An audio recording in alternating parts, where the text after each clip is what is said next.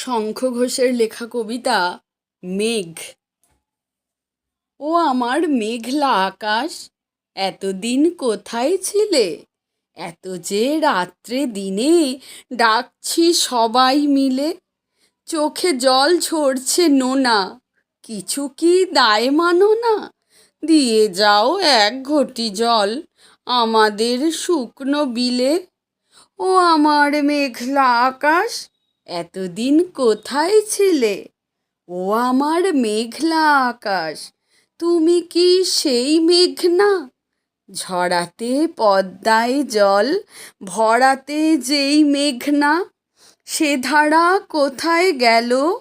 তুমি কি অন্ধ হলে?